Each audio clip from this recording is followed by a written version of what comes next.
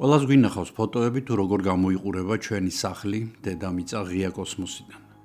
ლურჯი მწვანე პლანეტა რადიკალურად განსხვავდება მისი მეზობლებისგან. მას შორიდანვე ეტყობა, რომ იგი ცოცხალია. მაგრამ ეს დღეს 720 მილიონი წლის წინ კი, როცა უცხო პლანეტელთა ხომალდი დედამიწას მიუახლოვდა, მათ მხოლოდ თეთრი ბურთი შერჩათ ხელში. უცხოების გამოთვლებით აქ ოქროსფერთმიანას სარტყელში წესით სიცოცხლის ზონა უნდა ყოფილიყო. მაგრამ არა, რატომღაც მათ თვალწინ თეთრი ბურთი ლივლივებს ღია კოსმოსში და ესი თეთრე თოვლი და ყინულია, რომლითაც ეს უცნაური პლანეტაა დაფარული. ხომალდი წრეებს არტყამს გაყინულ ბურთს და ადგილსაც კი ვერ პოულობს, სადაც ყინული არ იყოს. ეკვატორზეც კი, რომელიც მზესაა მიშვერილი, იქაც თეთრი სიჩუმე სუფევს. გულგატეხილი უცხოები ჩვენი პლანეტის ორბიტას შორდებიან და სხვაგან ეძებენ სიცოცხლეს. რამ გაყინა დედამიწა ეკვატორამდე?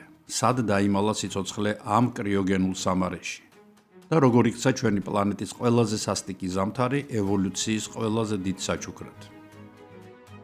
მე ვასილ გაბუნია ვარ და დღეს საკმაოდ საინტერესო მოგზაურობაში უნდა წაგიყვანოთ ოღონდ 720 მილიონი წლით უკან. დედამიწა თოვლის გუნდა, ევოლუციის ყველაზე დიდი გამოცდა. დედამიწის ამ მდგომარეობას გეოლოგებმა კრიოგენული პერიოდი დაარქვეს. ანუ მონაკვეთი დედამიწის ისტორიაში, როდესაც იგი სრულად გაყინული იყო. კრიოს ძველბერძნულიდან ყინულს ნიშნავს, გენეზისი კი ქმნადობაა, წარმოქმნაა, წარმოშობაო. ანუ შეიძლება ასეც ვთარგმნოთ, როგორც ყინულისგან ნაშობი, ან ყინულით ნაშობი. კრიოგენიუმი გახლავთ ნეოპროტეროზოული ერის გეოლოგიური ხანა, ესეთ გეოლოგიური ისტორიის მონაკვეთი, რომლის ხანგრძლივობაც 720 მილიონი წლიდან იწყება და მთავრდება 635 მილიონ წელს ჩვენს დღეებამდე. ანუ თითქმის 85 მილიონი წელი. აქედან 65 მილიონი წელი დედამიწა მთლიანად ყინულის ჯავშანშია მოქცეული.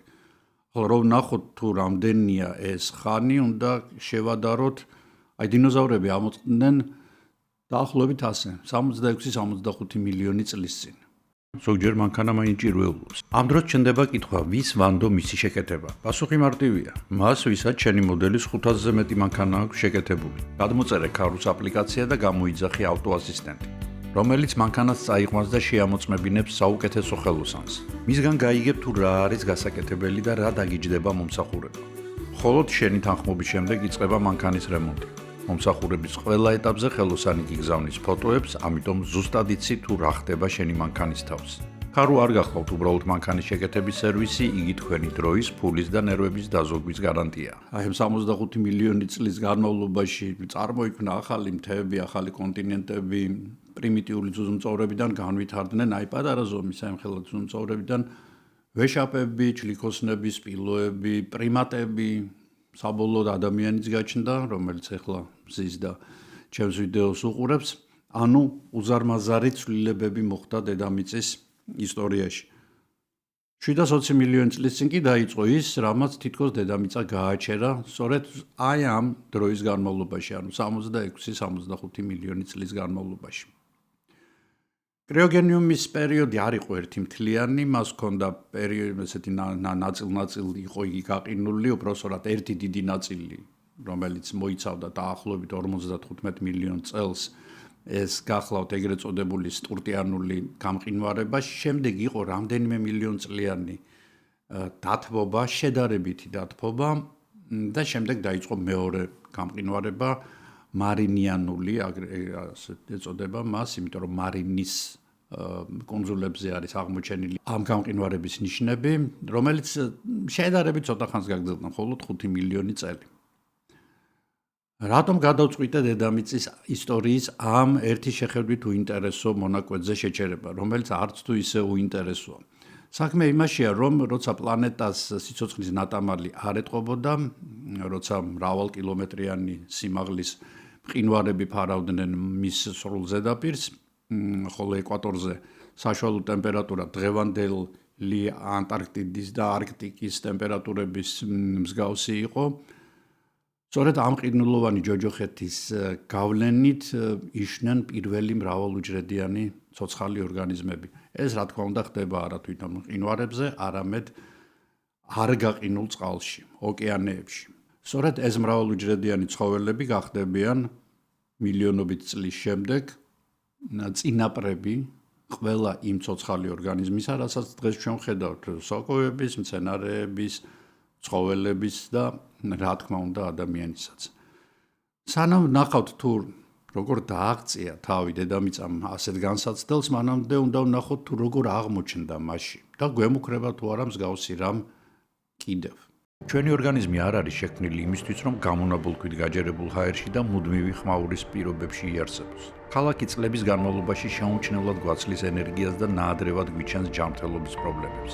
საბედნიეროდ არსებობს გამოსავალი. სულ რაღაც 23 კილომეტრში თბილისიდან და თქვენ შინუდის დასახლებაში ხართ, რომელიც ბევრად მეტია ვიდრე კეთილმოწყობილი მიწის ნაკვეთების გაერთიანება. თუ მზად ხართ გაცვალოთ ქალაქის მუდმივი სტრესი ბუნების ნაირფერ გარემოსა და თქვენი შვილების ჯანსაღ მომავალზე, მაშინ შინუდი თქვენი ადგილია. ჩემი რჩევა აიჩქაროთ. პროულად გაეცანით შინუდის შეთავაზებებს და გააკეთეთ თქვენი ცხოვრების ყველაზე მნიშვნელოვანი არჩევანი.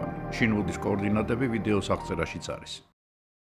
ამისთვის დედამიწის ისტორიის იმ დროში უნდა ვიმოგზაუროთ, როდესაც მის თავზე თოვლის ფანტელიც კი არ ფრიალებს და დედამიწა არის მშვიდი, წყნარი, ნოტიო, თბილი და თითქოს გარინდებული კატასტროფის მოლოდინში მყოფი პლანეტა. ეს არის ეგრეთ წოდებული გვიანი ტონიის პერიოდი და იგი უშუალოდ კრიოგენიის პერიოდამდე სუფევს დედამიწაზე. უკან დარჩა ძალიან გრძელი მონაკვეთი, თითქმის 1 მილიარდ წლიანი, რომელსაც გეოლოგები უწოდებენ მოსაწყენ მილიარდს. რატომ? იმიტომ რომ იქ არაფერი არ ხდება ფაქტიურად.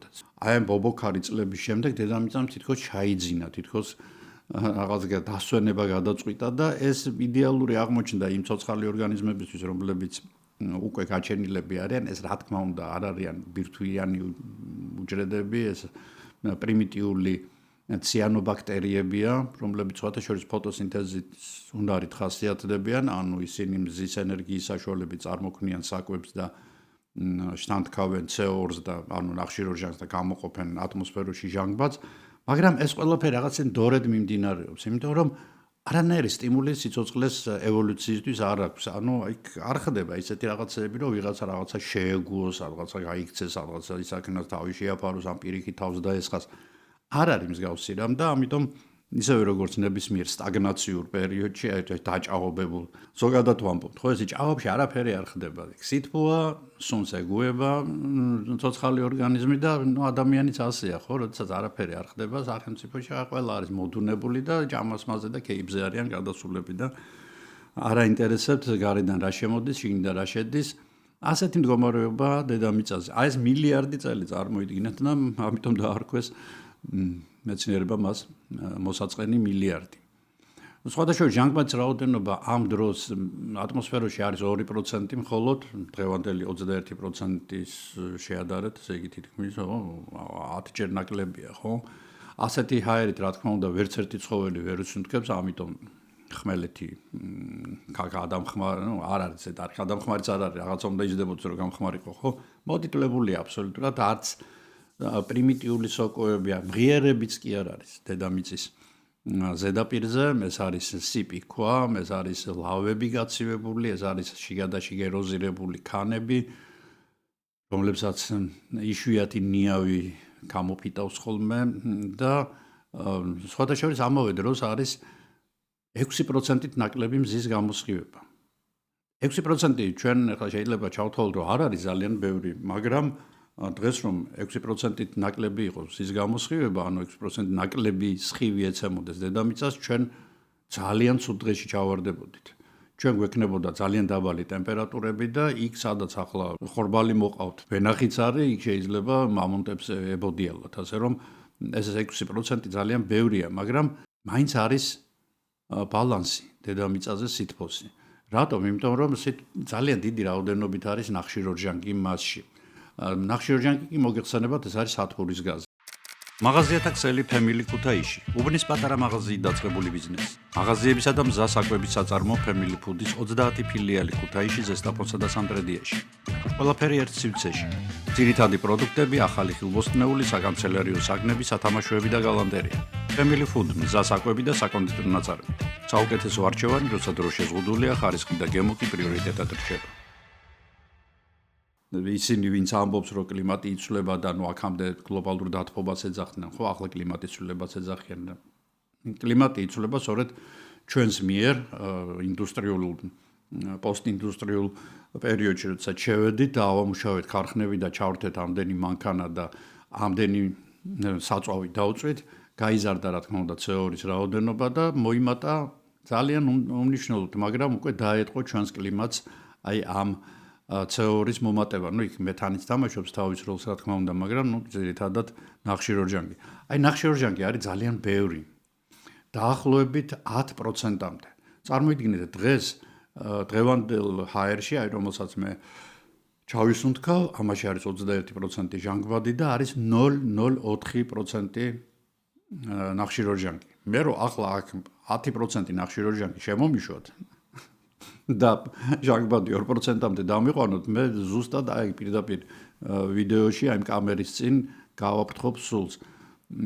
ამიტომ დედამიწა ისევ მეორებ ჟანგბადით სუნთქავი ორგანიზმებისთვის ყოველ შემთხვევაში, რომლებიც შემდეგ წამოვლენ და მთელს პლანეტას დაიპყრობენ, ასეთი ცოცხალი ორგანიზმები ჯერჯერობით არ არიან, მაგრამ აი ეს ბალანსი იქნება, ნახეთ, დაბალი არის მზის გამოსხივება, ანუ პლანეტა უნდა გაიყინოს, გაცივდეს ყოველ შემთხვევაში, მაგრამ არ ცივდება, რატომ? იმიტომ რომ მაშინ ბევრი არის სათბურის გაზი, ანუ შექმნილი არის სათბურის ეფექტი დედამიწაზე და დედამიწაზე მაღალი ტემპერატურაა საკმაოდ, მაგრამ იგი დაბალანსებულია, მოკლედ.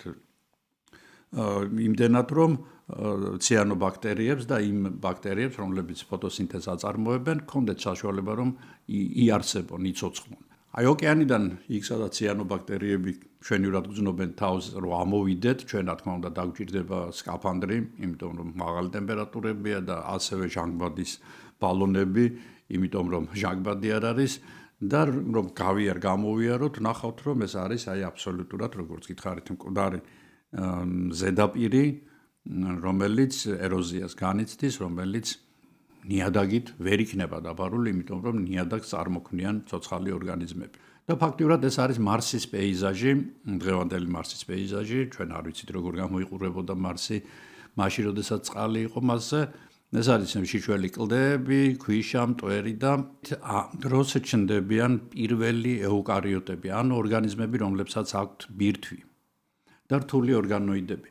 თვითონ ამ მოვლენას როგორც ვარაუდობენ, უფრო ადრე ჩაეყარა საფუძველი 2 მილიარდი წლის წინ, იმიტომ რომ ნაპოვნი არის სხვადასხვა არტეფაქტები, ისეთი პირდაპირი ფაქტები არა, მაგრამ ირიბი სამხილები, რომ სწორედ პროტეროზოულ ეონში, ანუ სიცოცხლის წინა ეონში, ასე ქვია სიცოცხლის წინა არის პროტეროზოული, სიცოცხლის წინა კი არა, სიცოცხლის შესახვის ეონი უნდა ერქვას მას, იმიტომ რომ ამ დროს უკვე ჩნდება ნამდვილი ერთუჯრედიანები, რომლებსაც აქვთ ბირთვი. ბირთვი კი რა არის? არის მემკვიდრეობითი ინფორმაციის გადატანის საშუალება. ამაზე ჩვენ ბევრი გვაქვს ნასაუბრები და კიდევ ბევრს ვისაუბრებთ, იმიტომ რომ ეს არის პირველი აგური, რომლისგანაც აშენებული არის ნებისმიერი ცოცხალი ორგანიზმი და რა თქმა უნდა მათ შორის ჩვენც. როგორ გაჩნდნენ ეს პირველი ბირთვიანი ორგანიზმები? როგორც ვარაუდობენ, ეს არის ასეთი ცოცხალი ორგანიზმები, არქეები, ნახევრად ცოცხალი ორგანიზმები შეიძლება ითქვას, რომელთაც ბირთვი არ აქვთ, რომლებიც წარმოიქმნენ როგორც ჩანს, როგორც კი დედამიწაზე პირობები გაჩნდა სიცოცხლისთვის, იმ წუთას წარმოიქმნა ეს ცოცხალი ორგანიზმი. საოცარი ორგანიზმია, რომელმაც დღემდე მოაღწია და დღეს არქეები სხვადასხვა ჩვენს კუჭნაწლავში შეიძლება ვიპოვოთ. ფაქტიურად ისინი არ შეცვლილან. აი არქეებსა და პრიმიტიულ ბაქტერიებს და ციანობაქტერიებს შორის როგორც ჩანს მოხდა სიმბიოზი, ანუ ურთიერთ სასარგებლო კავშირი, რომლის საშუალებითაც საბოლოოდ წარმოიქმნა ის ორგანელები, რომლებიც უჯრედში არის მოთავსებული. პირველ რიგში ეს არის მიტოქონდრიები. მიტოქონდრია, რომელიც მოგხსენებათ არის პატარა ქარხნები, რომლებიც გამოიმუშავებს ენერგიას უჯრედისთვის. ну იქ არის აქ თქმა უნდა გოლჯის აპარატი, სხვადასხვა ვაკუოლები, უამრავი სხვა ორგანელი, ეგრეთ წოდებული, რომელიც ყველა თავის ფუნქციას ასრულებს და უკვე სრულყოფილ უჯრედს ქმნის, მაგრამ პირველი ასეთი უჯრედები, ბირთვიანი უჯრედები, რა თქმა უნდა, ასეთი რთული არ იყო. მათ ჰქონდათ მიტოქონდრია, მათ ჰქონდათ ციანობაქტერიებიდან მიღებული, რომლებსაც ასევე ბირთვი არ აქვთ, ქლოროფილი, რომლის საშუალებითაც ეს არის უნიკალური გამოგონება, რომ ბუნების და ევოლუციის, რომლის საშუალებითაც მცენარეები მზის ენერგიის გამოყენებით, ნახშირორჟანგისგან, წყლისგან და სხვადასხვა მინერალური ნივთიერებებისგან ქმნიან, ძირითადად ეს არის ნახშირწყლები, ცხიმებიც და ცილებიც და ასე შემდეგ. ანუ საკვებ ნივთიერებებს თავისთვისაც და სხვებისთვისაც. ფაქტიურად ეს პირველი უჯრედები გახლავთ ყველა ცოცხალი ორგანიზმის და ჯგუფის წინაპარი. სოკოებისაც, მცენარეებისაც, ცხოველებისაც. მათგან წამოვლენ გიგანტური სეკვოიები და ტყის ბაწაწინა სოკოები, მათგან წამოვლენ ტირექსები და დიპლოდოკები და მათ შორის, რა თქმა უნდა, ადამიანი. 1 მილიარდი წლის წინ ხმელეთი კონტინენტებად არ არის დაყოფილი, იგი წარმოადგენს ერთი გიგანტური კონტინენტია, რომელსაც ქვია როდინია და იგი ჩაძირული არის, ჩადებული არის უпроსორად ასევე გიგანტურ ერთ ოკეანეში, რომელსაც ქვია სახელად მიროვია.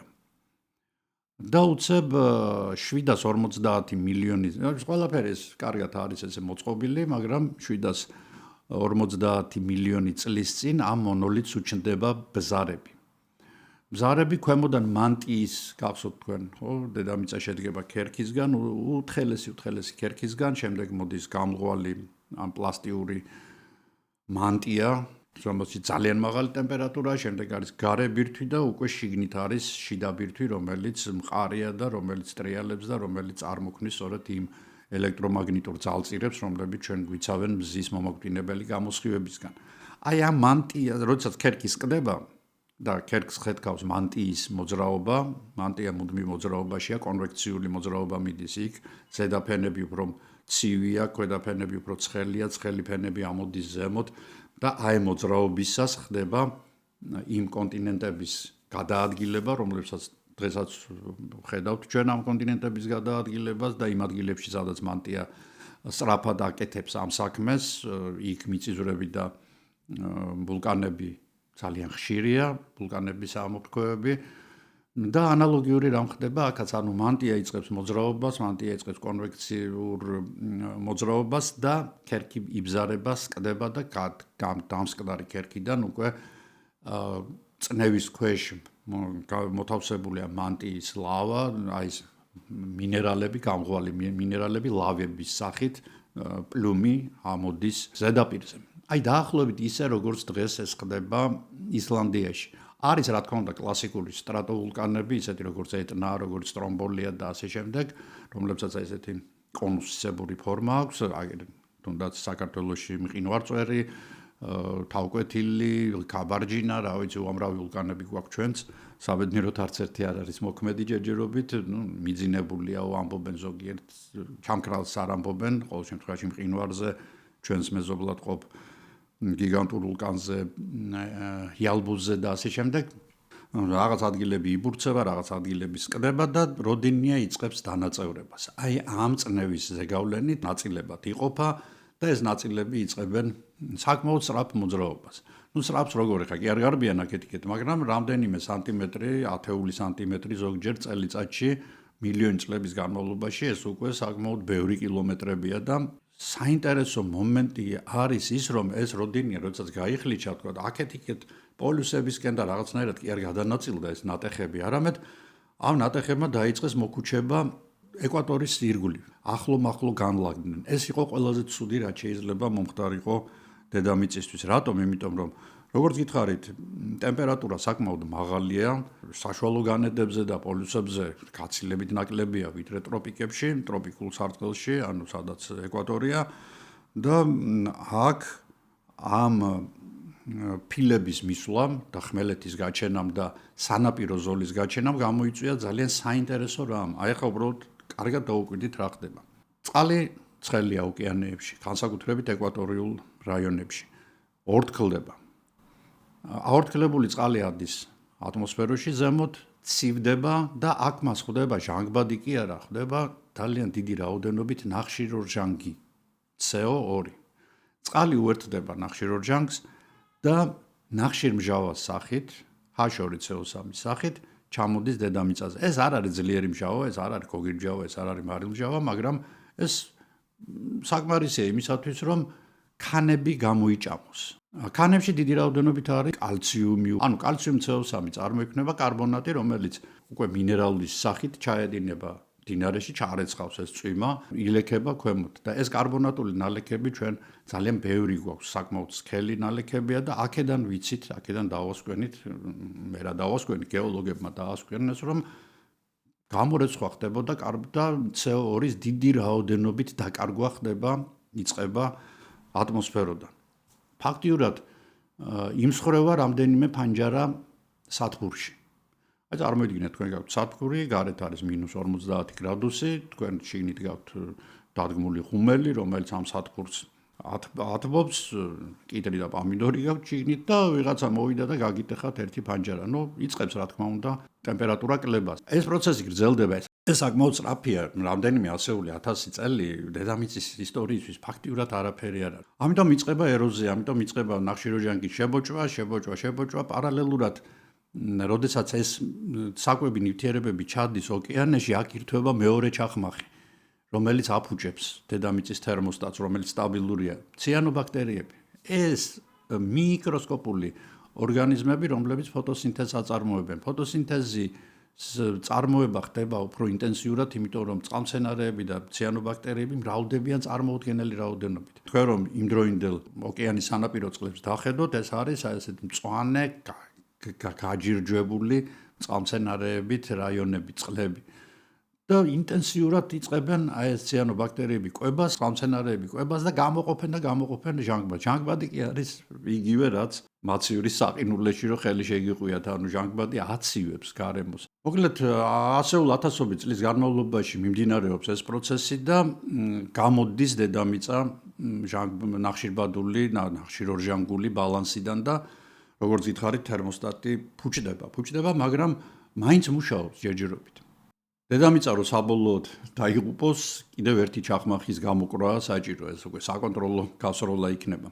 720 მილიონი წლის წინ, როგორც გეოლოგებმა დაადგინეს, დღევანდელი კანადის არქტიკაში იწყება დედამიწის ისტორიაში ერთ-ერთი ყველაზე დიდი ვულკანური აქტივობა. მაგმა იშლება ძალიან დიდ ფართობებზე, ეს ცირკონის კრისტალების დათარიღებით დადგინდა, რომ ზუსტად 720 მილიონი წლის წინ ხდება ეს და მთავრდება 718 მილიონ წელს.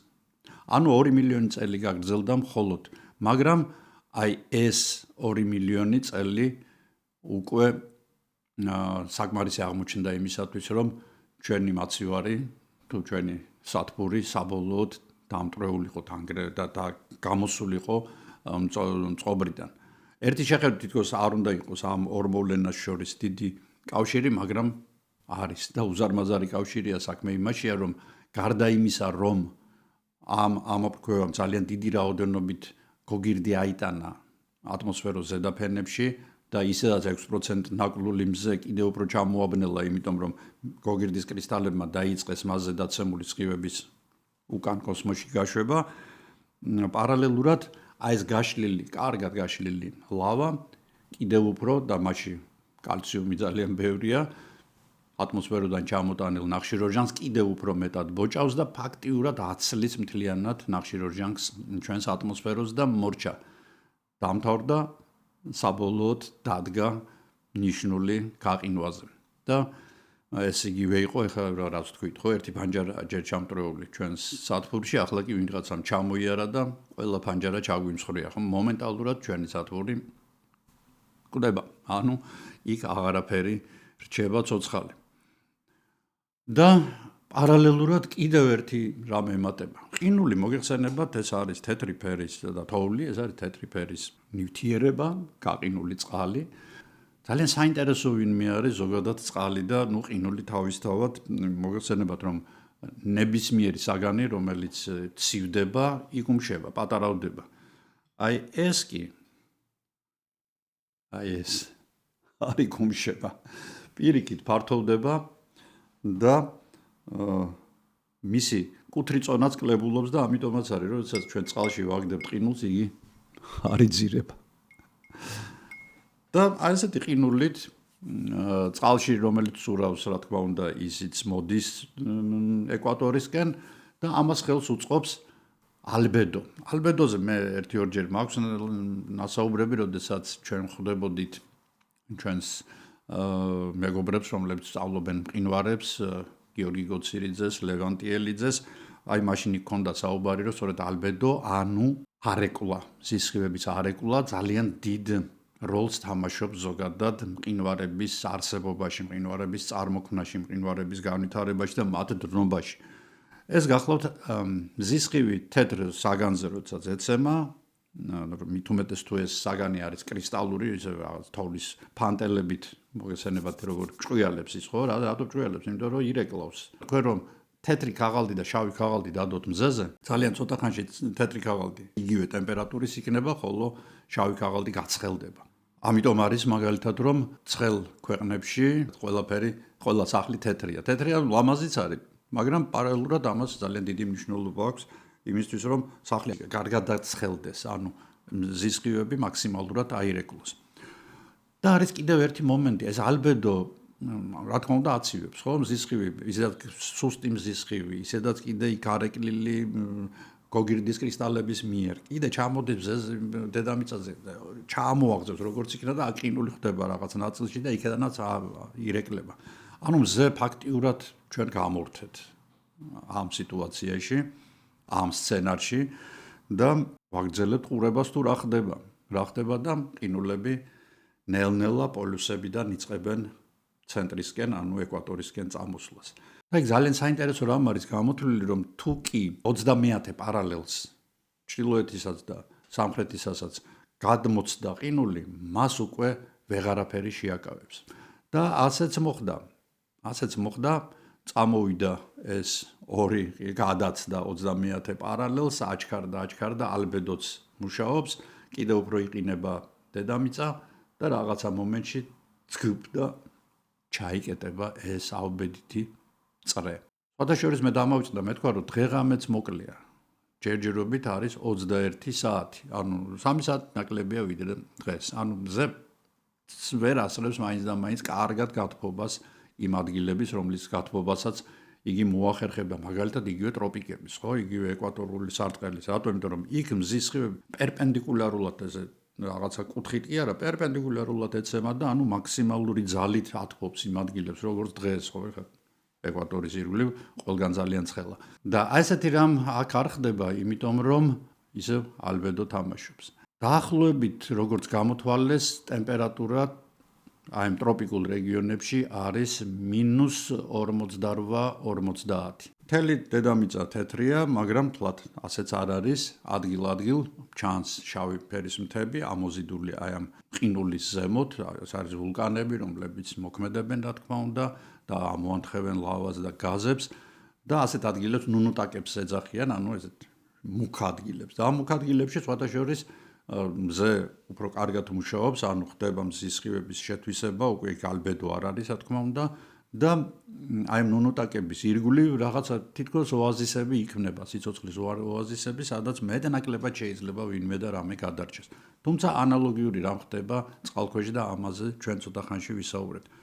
დილა იწყება როგორ მზე ამოდის, იგი მოყვითალო ფერის არის, სწორედ გოგირდოვანი გაზების გამო მისი სხივები ძალიან ძნელად აღწევს დედამიწის ზედაპირამდე, ჰავა ძალიან ცივი და ძალიან მშრალია, ამიტომ ცა მუდმივად მოწმენდილია, რაღაცა უნდა აორთქლდეს, ხო, რომ იქ ღრუბელი წარმოიქმნას და მე ან თოვლად მოვიდეს, ან წვიმად მოვიდეს. მთელი ნესტი ამ ყინულს აქვს შებოჭილი. ღამით სხვადასხვა საკმაოდ ლამაზია, იმიტომ რომ გამჭვირვალობა კარგია, მიუხედავად გოგირდოვანი გაზებისა და ჩვენ ხედავთ რა თქმა უნდა 720 მილიონი წლის წინ სრულიად განსხვავებულ ცას, სრულიად განსხვავებული ფორმის თანავარსკვლავედებით, მოგეხსენებათ ახლაც ჩვენ რასაც ხედავთ, ის ძალიან ძველია, ხო? ბევრი თანავარსკვლავედი ჩვენგან რამდენიმე მილიონი სინათლის წლით არის დაშორებული, ესე იგი ჩვენ ფაქტიურად როდესაც მათ უყურებთ წარსულში, რამდენიმე მილიონი წლით წარსულში. და ისინი დღეს უკვე რეალურად აბსოლუტურად სხვანაირები არიან. საიდან ვიცით ამდენი რამ ამ ამბების შესახებ? რა თქმა უნდა გეოლოგიიდან. ჯერ კიდევ 1963 წელს ბრიტანელმა გეოლოგმა ბრაიან ჰარლანდმა უძველესი გეოლოგიური ნიმუშების შესწავლა დაიწყო და მათი ასაკი დაახლოებით 705 მილიონი წელი იყო ჩვენს დღეებამდე. ეს ნიმუშები მან აიღო კუნძულ შპიცბერგენზე, გრენლანდიაში და შეამჩნია ძალიან დიდი უცნაურობა. აქ ერთი გადახვევა უნდა გავაკეთო და პალეომაგნეტიზმის ძალიან მარტივად საფუძვლები აღიხსნათ. დედამიწა მოგეხსენებათ, როგორც დიდი მაგნიტი ისეა, ხო? და ამ მაგნიტზე ჩვენ ვასწორებთ ჩვენს კომპასს. აი, როდესაც მაგნეტიტური რაღაც ისეთი ნივთიერებები არის მინერალში, რომელიც უნდა დაილექოს, სანამ დაილექება, იგი როგორც ჩვეულებრივი კომპასი, ხელის კომპასი, მიტრიალდება პოლუსებისკენ და ისე დაილექება. პალეომაგნეტიზმი ძალიან საინტერესო შედეგებს და დასკვნების გაკეთების საშუალებას გვაძლევს, იმიტომ რომ ჩვენი მაგნიტური პოლუსები იცვლება ხოლმე. არა, არც სასიამოვნო მომენტია, იმიტომ რომ აი პოლუსების შეცვლისას სუსტდება ძალიან ჩვენი დაცვის ფუნქცია და ამ დროს მზის გამოსხივებამ შეიძლება საკმაოდ მძიმე ზიანი მიაყენოს ცოცხალ ორგანიზმებს. და ასეთი პალეომაგნეტიზმის შესწავლის შედეგად ძალიან სხვა ბევრ დასკვნასაც იღებენ გეოლოგები და ეხლა მე ამას აღარ ჩაუღრმავდები, მოკლედ აი ჰარლანდმა ამ კომპასებს შეამჩნია ძალიან ისეთი უცნაურობა, რომ მყინვარული ქანებია ესენი, მაგრამ ისეა მათში კომპასები დალაგებული, რომ აშკარად ეკვატორზე არიან ისინი წარმოქმნილი. ანუ ეს იმას ნიშნავს, რომ ეკვატორზე ყინულია. ყინულია თან საკმაოდ დიდი ზომის და ეს იმას ნიშნავს, რომ რა თქმა უნდა საშუალო განედებზე და პოლუსებზე ყინული იქნება და გაცილებით მეტი ვიდრე დღეს არის, ხო? ამ ყინვარების მიერ დატოვებული კვალი კიდევ ჩანს სხვადასხვა დანალექ ქანებშიც, მაგალითად როგორც არის ტილიტები. ეს ტილიტები ძალიან საინტერესო ქანებია, რომლის მიხედვითაც გეოლოგები ძალიან ადვილად ადგენენ, რომ ისინი მყინვარული წარმოშობისაა. რატომ? იმიტომ რომ მათში სრული არეულობა სუფევს. დიდი ლოდები, კენჭები, ხრეში, სილა ერთმანეთში არის არეული და აი თქვენ თუ დააკვირდებით, ვინც ახლა ზღვაზე ხართ, გადით და შეხედეთ პლაჟზე, ჩაქვი იქნება ეს ქობულეთი თუ ბათუმი, ნაკლებად გონიოსკენ, იმიტომ რომ იქეთ ვიწრო პლაჟებია, ეს უკვე ჯოროხის ბრალია. თქვენ ნახავთ, რომ თითქოს ეს ზოლებად არის დალაგებული, განსაკუთრებით ეს ხდება შტორმების შემდეგ. ზოლებად არის თითქოს განლაგებული სხვადასხვა ფრაქციის მინერალები. აი მაგალითად, ქვიშის წვრილი ქვიშა ერთად არის, ხრეში ერთად არის, წვრილი კენჭები ერთად არის, სხვილი კენჭები ერთად არის, ზოლებად არის აი ეს თითქოს. დიდი ქვები კიდევ უფრო უკან არის და ცალკე არიან, აი ფეხებს რო ვიმტრებთ, ხო? ისეთი ქვები განსაკუთრებით ბათუმის პლაჟზე. რატომ? იმიტომ რომ წყალს აქვს ასეთი თვისება. ფრაქციების მიხედვით დალექოს სხვადასხვა ზომის, სხვადასხვა კუთრიწონის, სხვადასხვა ფორმისაც კი დანალექი ქანები.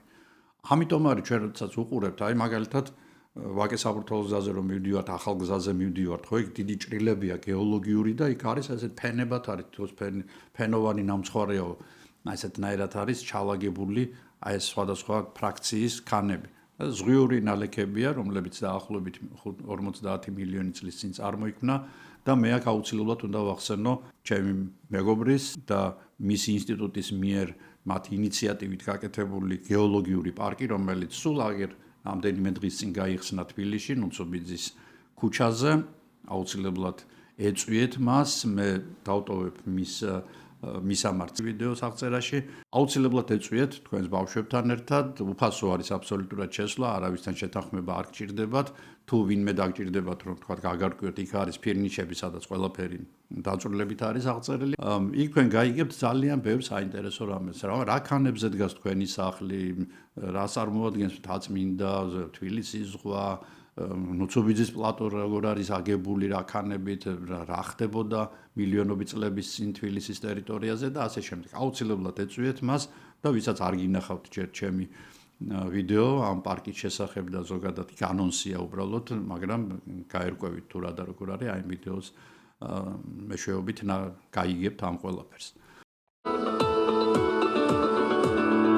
ხანდახან ხან მეუბნებიან რომ საიდან ეს ოპტიმიზმი საიდან ჯერა იცით რატომ ჯერა და ჩვენ დღეს ათაურობა შევქმნით ამერიკის შეერთებული შტატების პირველ რიგში სახელმწიფო დეპარტამენტის ენერგიების დეპარტამენტის ლორენს ლაორმელის ნაციონალური ლაბორატორიის ევროკავშირის GIZ-ის თითქმის ყველა საერთოს დახმარებით ინფორმაცია დედამიწის შემსავლელი მეცნიერებიდან როგორც ადამიანება ვიცით ლიტერატურა ვიცით სპორტი მოდი ვიცოდეთ ცოტა გეოლოგია ცოტა დედამიწის შემსავლელი მეცნიერება ეს ადგილი იქნება ღია ყველასთვის უფასოდ ხელმისაწვდომი გაცხადებული სკოლებიდან დამთავრებული ნებისმიერი აი აქ გარშემო ცხოვრობენ ადამიანები თუნდაც მათთვის ჩვენ საუბრობდით ტილიტებზე ხო ეს ტილიტები სწორედ წარმოიქმნა ასე რომ აი პლაჟი არის ეს დალაგებული ყველა ზომის და ფორმის ქვას თავისი ადგილი აქვს და უცებ დიდი გიგანტური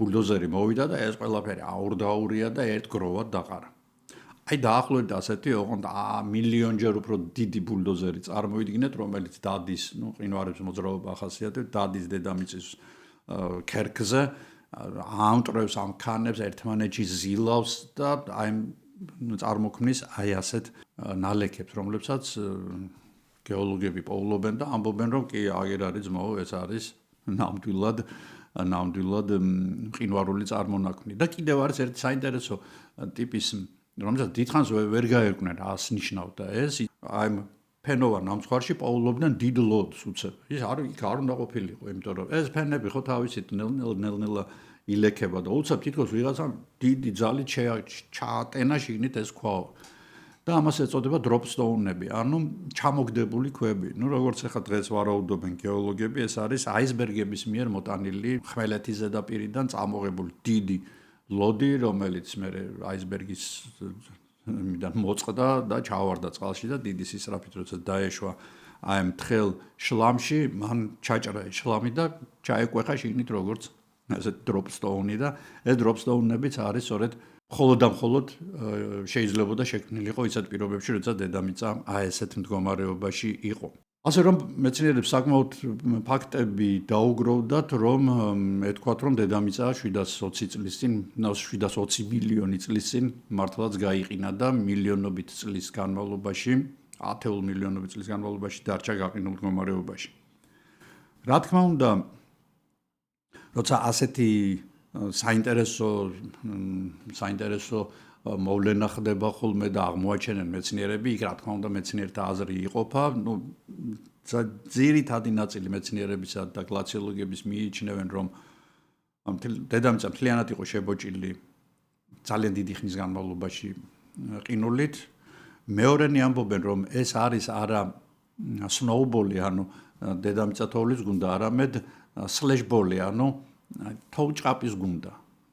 და თითქოს ეს თოვჭყაპი იყო ძირითადად იმ სარტყელში, რომელსაც ჩვენ ახლა ეკვატორულ სარტყელს ვუძახით, ანუ სადაც უფრო მეტი უნდა ყოფილიყო წესით ტემპერატურა და ისეთი გამყინვარება ბოლომდე ვერ წასულიყო. ალბათ ამ თოვჭყაპის თეორიას უფრო ვეთანხმები, იმიტომ რომ მაინც სიცოცხლე გადარჩა კი არ განვითარდა კიდეც და თუ წარმოვიდგენთ რომ ციანობაქტერიები და წყალმცენარეები მზის სხივის გარეშე ვერაფერს ვერ გააკეთებენ, მათ რო ჩაუბნელო თქვენ ოთახი რამდენიმე ხანში ისინი დაიღუპებიან, იმიტომ რომ შიმშილით მოკვდებიან უბრალოდ ისინი მზის სხივებით იკვებებიან პირდაპირ ამ სიტყვის პირდაპირ გაგებით. ანუ მზის სხივის საშუალებით წარმოქმნიან საკვებს. და თქვენ წარმოვიდგინეთ ახლა მრავალ კილომეტრიანი სისქის ყინულით არის წყალი დაფარული, აი ამ ხელად ყინული ადევს და აქ არიან ეს ციანობაქტერიები, ხო რა უნდა მოახერხონ, ვერც ვერაფერს ვერ მოახერხებენ და იხოცებიან. ამიტომ რაღაც თოვჭყაპი უფრო სიამოვნებს, თუმცა კიდე არის ერთი მესამე თეორია, ეს არის water-belt-ის თეორია, რომ აი წარმოვიდგინეთ ორი ხუფი წამოვიდა, ბოლომდე არ დაიკეტა. ანუ სარტყელი დარჩა, ანუ ესეთ ქამარივით, წყლის ქამარი დარჩა ტროპიკებში. ხა სიცოცხლეს რაც შეეხება, სიცოცხლე გარდა თქვა ღია ადგილებისა, რომელზეც მე გითხარით უკვე, აი თოვჭყაპის თეორიას დაუჯერებთ, გარდა ამ ადგილებისა აუცილებლად იქნებოდა ღრმად წყალქვეში. ისევე როგორც დღეს ჩვენ პოულობთ, ეს დიდი ხნის აღმოჩენილი არ არის მას შემდეგ რაც ადამიანმა ჩააღწია ძალიან დიდ სიღრმეებში წყნარი ოკეანე ის თავარ აი რიფზე გამყოფ ზოლზე, სადაც ხდება ეს მიწისძვრები ძირითად და ცუნამები და ვულკანების ამოფრქვევები. აქ აღმოჩენილი არის ეგრეთ წოდებული შავი მბოლავები. ეს გახლავთ ვულკანური გამოვლინება, რომელიც მიმდინარეობს ძალიან მაღალი წნევის ქვეშ, წყალქვეშ, ძალიან დაბალი ტემპერატურების პირობებში და ძალიან მაღალი ტემპერატურის ორთქლის და კვამლის გამოყოფა ხდება დედამიწის სიღრმიდან. ამ შავ მბოლავებს კვამლთან ერთად ამოაქვთ უამრავი საკვები ნივთიერება. და აი ამ პირობებში დღეს მაგალითად მეცნიერები მართლა პირდაღებულები დარჩნენ, როდესაც დაინახეს, რომ აი ამ შავ მბოლავების ირგვლივ არის მთელი ეკოსისტემა. უმდიდრესი ეკოსისტემა, რომელიც შემდეგ როდესაც ანალიზები აიღეს, აღმოჩნდა, რომ აქ არის სრულიად განსხვავებული ბაქტერიები, რომლებიც იკვებებიან არა მზის სხივებით და არა რაღაცა სხვა ნივთიერებებით, არამედ იმ ქიმიური ნივთიერებებით, რომლებიც ამოდის მიწის სიღრმიდან. ამ ბაქტერიებით იკვებებიან პრიმიტიული ერთუჯრედიანები, ამ ერთუჯრედიანებით პატარა ცხოველები, ამ ცხოველებით ცოტა დიდი ცხოველები, იმ ცხოველებით კიდევ უფრო დიდი ცხოველები და საბოლოოდ ფაქტიურად მთელი საკვები პირამიდა არის წარმოქმნილი და როგორც ოაზისები, სიცოცხლის ოაზისებია აი ეს ჯოჯოხეთი ფაქტიურად, ხო, წარმოიდგინეთ გიგანტური წნევა, ძალიან დაბალი ტემპერატურა. ამ დროს მიწიდან ამოდის უცხელესი კვამლი, რომელსაც თან ამოაქვს. აი ამ პირობებში აქედან გამომდინარე სიცოცხლე გარდა თქვათ ზედაპირისა, იქ სადაც სხივები ხდება, ასევე კარგად გრძნობს თავს აი ამ შავი მბოლავების ირგვლივ. მოკლედ დედამიწა ცუდ დღეშია. ათეულობით მილიონი წლის განმავლობაში იგი თითქოს ერთ წრეზე ისედაც დადის, მაგრამ აი ჩაკეტილ წრეშია, ვერ გამოდის, ხო, უნდა გადნეს არა და რომ გადნა ფაქტია, ჩვენ ვართ ამის პირდაპირი მოწმეები ამ წუთას, ხო? გამოთვლილი არის, რომ ატმოსფეროში უნდა დაგროვდეს 300-ჯერ მეტი ნახშირორჟანგი, ვიდრე დღეს არის დედამიწის ზურგზე. ანუ სადღაც 10-10.5%. ისევ შეგახსენებთ დღეს ნახშირორჟანგი აი იმ ჰაერში, რომელთაც მე ვსუნთქავ ახლა არის 0.4 მიასედი, 0.04. 10% წარმოიდგენია, 250-ჯერ მეტია, მაგრამ 3-ჯერ მეტია, რაც იყო დაახლოებით 150 წლის წინ დედამიწაზე, ეს იყო 0.03. აი იმ 0.01%-მა, რომელთაც მოიმატა ნახშირორჟანგმა დედამიწაზე, ისე აწია ტემპერატურა, რომ დღეს ჩვენ კლიმატური ანომალიები გვაქვს, ხო? ამას ჩვენ ყოველდღიურად ხედავთ, აი თუნდაც წლევანდელი არანორმალური სიცხეები ევროპაში, წლევანდელი გაუთავებელი წვიმები საქართველოში და აღარ საუბრობ მე რამდენი წყალდიდობა და რეები მოხდა სხვა ჯერ საქართველოშიც. ამიტომ ჩვენ გვჭირდება ახლა, როდესაც თოვლის ბურთად ვარ შეკრულები, 300-ჯერ მეტი ნახშირორჟანგი ვიდრე დღეს გვაქვს. საიდან მოვიტანოთ ეს 300-ჯერ მეტი ნახშირორჟანგი? გასაღები აღმოჩნდა, რომ იმავე თერმოსტატში ინახებოდა, რომელმაც პლანეტა გაყინა. ანუ ახლა ამ თერმოსტატს უნდა ემუშავა საპირისპირო მიმართულებით, ხო? და ეს საპირისპირო მიმართულება გახლდათ ვულკანები. ვულკანები ჩვენი გასაჭირის გასაღები, რომლებიც აფრქვევენ დიდი რაოდენობით CO2-ს ატმოსფეროში. ეს არ ხდება, რა თქმა უნდა, უცებ და ამის ძალიან კარგი მაგალითი არის ის, რომ 50 მილიონი წელი გრძელდება თითქმის გამყინვარება, მაგრამ ამ 50 მილიონი წლის განმავლობაში ხდება CO2-ის დაგროვებაც. ჟანგბადის დაგროვება ფაქტიურად არ ხდება, იმიტომ რომ იმ ოდნავ გამდნარ წყალში, სადაც ციანობაქტერიები გადარჩნენ, ისინი რა თქმა უნდა აქტიურად ვერ გამოყოფენ ამ ჟანგბადს. და სწორედ ამ ვულკანური CO2-ის, ანუ ნახშირორჟანგის დაგროვება იწვევს ნელ-ნელა მისი კონცენტრაციის აწევას ატმოსფეროში. დაახლოებით 10%-მდე ადის, ანუ ზუსტად იმდენამდე, რამდენიც ჩვენ გვჭირდება, რომ ჩვენი დედამიწა გავადნოთ და როგორც კი ეკვატორზე ჩნდება მუქი ფერის ზოლი, ეს ზოლი შემდეგ იწყებს გაფართოებას. გაფართოებას, იმიტომ რომ აქ ოკეანე უკვე მუქ ზოლში იწყებს მზის სხივების მართალია სუსტი, მაგრამ მაინც მზის სხივების შთანთქმას, ოკეანე იწყებს გათბობას, ოკეანე ნელ-ნელა თავისუფლდება ყინულებისგან და მატულობს ნახშირორჟანგის რაოდენობა, იმიტომ რომ ამოფრქვევები იზრდება, მათი მიერ გამოყოფილი ნახშირორჟანგის რაოდენობა იზრდება და გეოლოგიური სტანდარტებით ეს ყინულოვანი საფარველი ფაქტიურად წამებში ქრება რამდენიმე 10,000 წელში. ისე ვიმეორებ 10,000 წლები გეოლოგიისთვის და დედამიწის ისტორიისთვის არაფერი არ არის.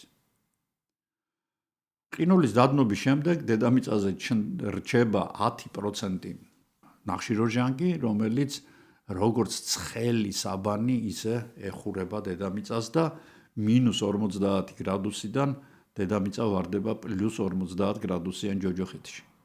ანუ კლიმატური ქაოსია სრული, გლობალური გაყინვიდან გადადის გლობალურ გაცხელებამდე. დათბობამდე კი არა, გაცხელებამდე. ოკეანის ზედაპირებიდან იწყება მასიური აორთქლება წყლის. ეს წყალი კვლავ ადის ატმოსფეროში. იქედან მოაქვს ნახშირორჟანგი და ჩამოაქვს დედამიწის ხმელეთზე. ხმელეთზე ის კვლავ ხდება ამ ნახშირმჟავას საშუალებით კარბონატების გამორეცხვა და ჩატანა წყალში და დღეს ჩვენ დედამიწაზე ძალიან ბევრ ადგილას გადავაწყდებით ხოლმე ტილიტებს, აი ამ დანგრეულ და ერთმანეთში აზელილ სხვადასხვა ზომის ქვებს და ქვიშას, როგორ ადევს თავზე თეთრი ფერის ქუდები. და ასეც ქვია კეპკარბონატები, ანუ ქუდი კარბონატის ქუდები. თანდათან ზღვაში მატულობს საკვები ნივთიერებების რაოდენობა, კვლავ იწყებენ და გამრავლებას დიდი რაოდენობით წყალმცენარეები, ისინი გამოყოფენ ჟანგბადს დიდი რაოდენობით, ჟანგბადი კვლავაციებს გარემოს და იწყება მეორე გამყინვარება, უკვე მარიანინული გამყინვარება, ეგრეთ წოდებული, რომელიც სხვა შორის კვლავ ვულკანები გადაგვარჩენენ, ეს გრძელდება სულ 5 მილიონი წელი და 636 მილიონი წლის წინ დედამიწა კვლავ დნება. ანუ იგივე მექანიზმით. ეს ორი კატასტროფა აღმოჩნდა დიდი სტიმული ევოლუციისთვის. მჟავე წვიმების მიერ ჩატანილმა აი მინერალებმა ოკეანე გაამდიდრა ფოსფორით, გაამდიდრა აზოტით, სხვა საკვები ნივთიერებებით, ამან გამოიწვია კვლავ აფეთქების მსგავსი გამრავლება ციანობაქტერიების, რომლებიც ფოტოსინთეზირებენ და გამოყოფენ ჟანგბადს და ზუსტად 635 მილიონი წლის წინ ატმოსფეროში ჟანგბადის დონე მკვეთრად მატულობს და სწორედ მინერალებით და ჟანგბადით მდიდარი ბულიონი აძლევს ბიძგს სიცოცხლეს, რომ გამოვიდეს მიკროსკოპული ფორმებიდან და შექმნას პირველი რთული მრავალუჯრედიანი ორგანიზმები. მრავალუჯრედიანი ორგანიზმები როგორც ვარაუდობენ, სადღაც 2,5 მილიარდი წლის წინაც იყო შექმნილი, მაგრამ ეს იყო აბსოლუტურად უფორმო ორგანიზმები, თუმცა ერთი ჯგუფი მაინც ფორმიანები იყვნენ, რომლებიც ძალიან საინტერესო იყვნენ, რომ მათზე შეიძლება ცალკე ვიდეო გაკეთდეს. ახლა კვლავ დაბრუნდეთ 750 მილიონი წლით უკან და ვნახოთ თუ გავიხსენოთ უბრალოდ რა მისცა ბიძგი გამყინვარებას. ეს იყო როდინიას დაშლა.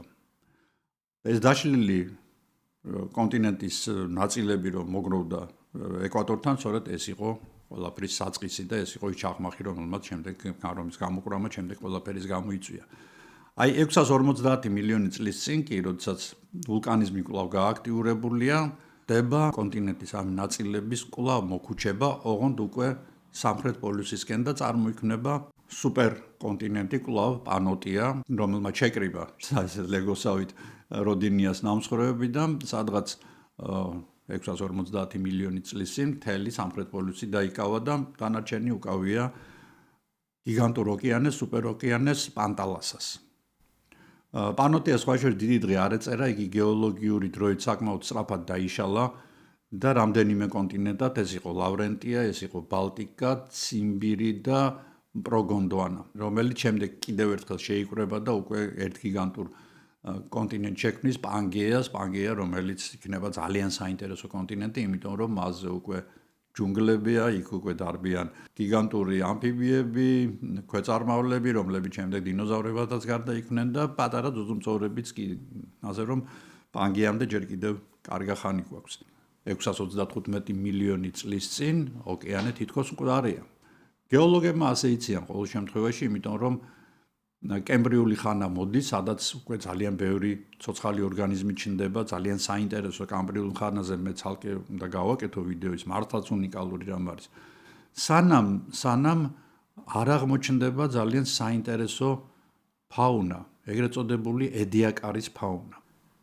ედიაკარულმა ბიოტამ იარსება თითქმის 100 მილიონი წელი, 1 მილიონი წელი დააკლდა 100 მილიონამდე და ეს გახლდათ ევოლუციური თვალსაზრისით ალბათ ყველაზე რადიკალური ექსპერიმენტი, იმიტომ რომ ეს იყო პლანეტა, რომელიც დასახლებული იყო მართლა უცხოპლანეტური ორგანიზმებით, მივალთ ჩვენ იქამდე. ედიაკარული ფაუნის წარმოქმნა პირდაპირ კავშირშია თოვლის გადნობასთან და აი სუპერ სათბურის ეფექტთან და ასევე იმასთან, რომ დიდი რაოდენობით საკვები ნივთიერებები ჩადის ოკეანეში. იწყება პარალელურად ნეოპროტეროზოული ოქსიგენაცია, ანუ წყლის და ატმოსფეროს გაჯერება ჟანგბადით. ეს გამოიწვიათ, როგორც გითხარით, ციანობაქტერიების გამრავლებამ, ასევე ერთუჯრედიანი წყალმცენარეების გამრავლებამ და ჟანგბადის დიდი რაოდენობა აუცილებელი არის კოლაგენის საწარმოებლად. კოლაგენი თქვენ მოგეხსენებათ, ახლა ჩვენც გვაქვს, ხო?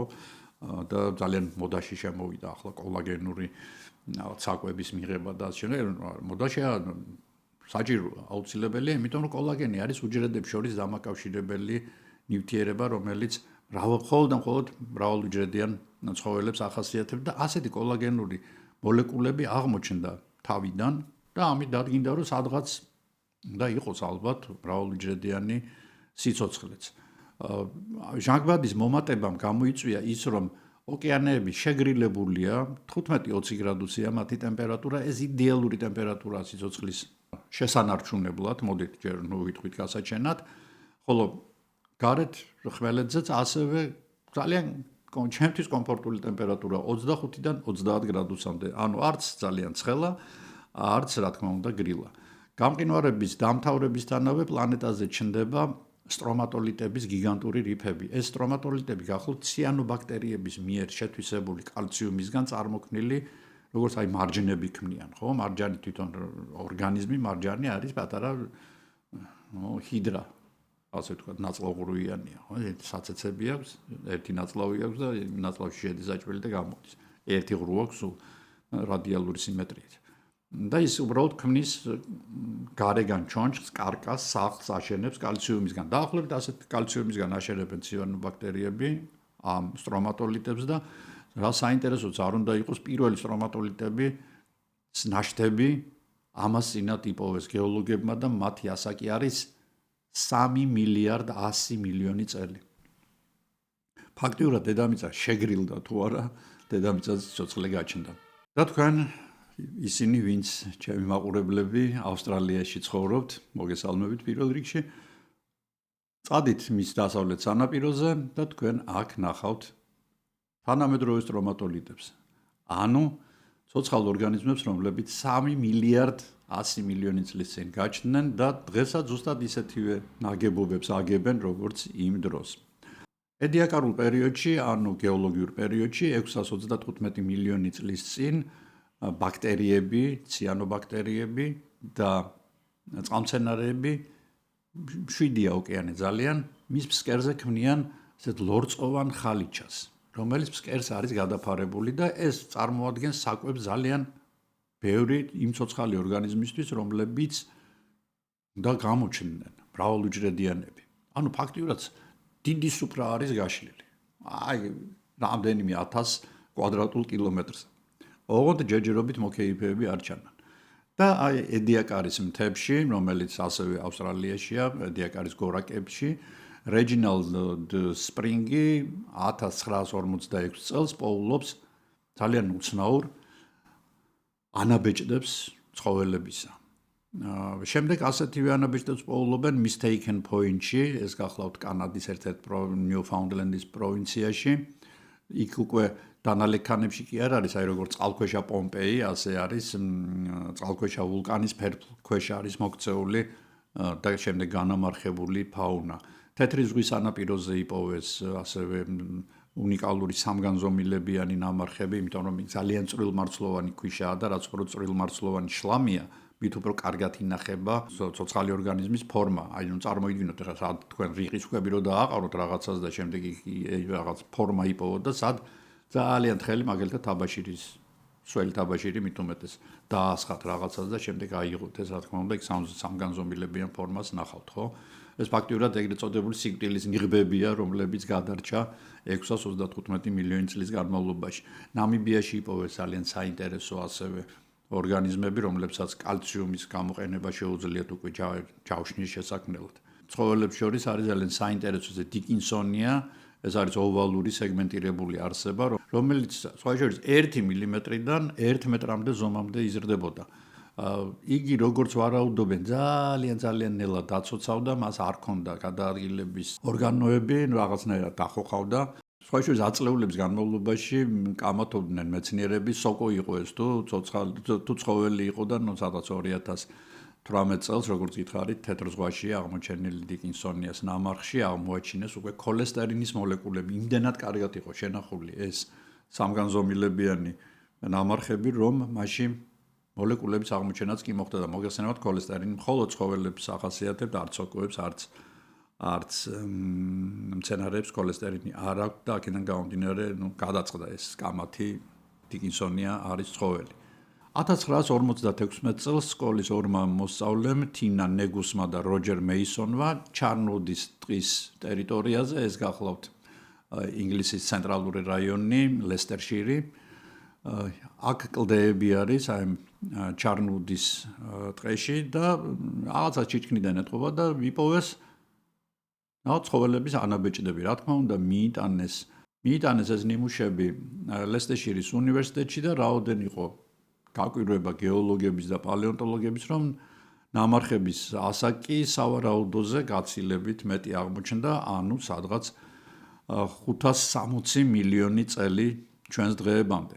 ეს კი ნიშნავდა, რომ მიღებული ფაქტი, რომ თითქოს სიცოცხლე გაიფურჩქნა 635 მილიონი წლის წინ, აღარ მუშაობდა. ამ ნამარხს დაარქვეს ჩარნია, რა თქმა უნდა, ამ ჩარნუდის ტყის საპატივცემულოდ და იგი გავს გვიმრის ფოთოლს, მაგრამ სინამდვილეში არის ცხოველი. ჩარნია ფსკერზე იყო დამაგრებული აი ამ ძალიან საინტერესო გამონაზარდით და წყლის დინებიდან ფილტრავდა საკვებ ნივთიერებებს. მნიშვნელოვანია ის ფაქტი, რომ ჩარნიას ნამარხები ნაპოვნია ისეთ სიღრმეზე, სადაც მზის სხივი ვერ აღწევს და აქედან, რა თქმა უნდა, დადგინდა, რომ იგი მცენარე არ არის, ანუ იგი ფოტოსინთეზს ვერ აწარმოებდა, უბრალოდ ისეთ სიმდელეში არსებობდა. ამავე კლდეებზე მომდევნო წლებში კიდევ რამდენიმე ახალი სახეობა იპოვეს, ჩარნიო დისკუსი, ბრაგატია, ჰილეკულულუსი, აურორალუმინა და სხვათა შორის აურორალუმინას ეს გვარი არის, ხოლო სახეობრივი სახელი არის ეტენბოროი, ანუ დევიდ ეტენბოროს საპატივცემულოდ, რომელიც სწორედ ლესტერშირის უნივერსიტეტში სწავლობდა და დაამთავრა ეს უნივერსიტეტი, მოგეხსენებათ, დევიდ ეტენბორო არის უნიკალური პიროვნება, რომელმაც დედამიწა გააცნო კაცობრიობას, გააცნო ძალიან ლამაზად და დღესაც კი 90 წელს მიტანებული დევიდი აქტიურად მონაწილეობს BBC-ს უნიკალურ ფილმებში, რომელიც ალბათ მართლა ალბათ საგანძურია, რომელიც ადამიანმა შექმნა და სწორედ ეტენბოროს დამსახურებაც არის ამაში. აქრევე ვარაუდობენ, რომ აურორალუმინა გახლავთ პირველი ცოცხალი არსება, რომელიც ნადირობდა სხვა ცოცხალ არსებებზე. ნადირობდა, ეხლა ისე არ დაძდებდა და ის არც არ ესროდა, მაგრამ იგი იჯდა კალციუმის სახლში, მილში, გამოშვერილი ჰქონდა საცეცები და ამ საცეცების საშუალებით იჭერდა იქ თუ რაღაცა ჩაიცურებდა ცოცხალი ორგანიზმი, ან შეიძლება მკვდარი ორგანიზმიც და უბრალოდ ფილტრავდა წყალს. ეს ზუსტად არავინ იცის.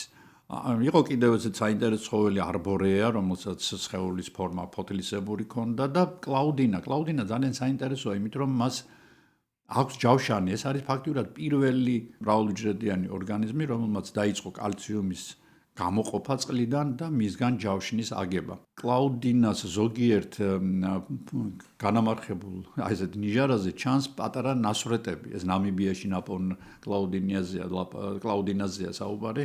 როგორც ჩანს, რაღაცა კიდე არსებობდა, რაღაცა ცხოველი, რომელიც ჩვენ არ ვიცით, ჯერ არ გვიპოვია, რომელსაც ჰქონდა პატარა ბურღი და ხვრეტდა კლაუდინას აი ამ სახლს და იქედან ალბათ წოვდა მის რბილ ქსოვილებს. ედიაკარული ფაუნა არ გავს დღევანდელი ცოცხალი ორგანიზმების არც ერთ ფორმას. აბსოლუტურად განსხვავებული ეკოსისტემა, რომელიც მუშაობდა აბსოლუტურად განსხვავებულ ბიომექანიკურ წესებზე და ედიაკარულ ოკეანეში მაგალითად არ არსებობდნენ ცხოველები, რომლებიც ფსკერს გადათხრიდნენ. ამიტომ მთელი ფსკერი დაფარული იყო, როგორც გითხარით, აი ლორწოვანი გარსით, რომელიც საკვებ არეს წარმოადგენდა ედიაკარული ფაუნისთვის და ედიაკარული ფაუნა იყო ფაქტიურად ექსპერიმენტი ევოლუციისა, რა შეიძლება გამოსულიყო, თქვათ, აი ასეთი ცხოველების გაჩენით.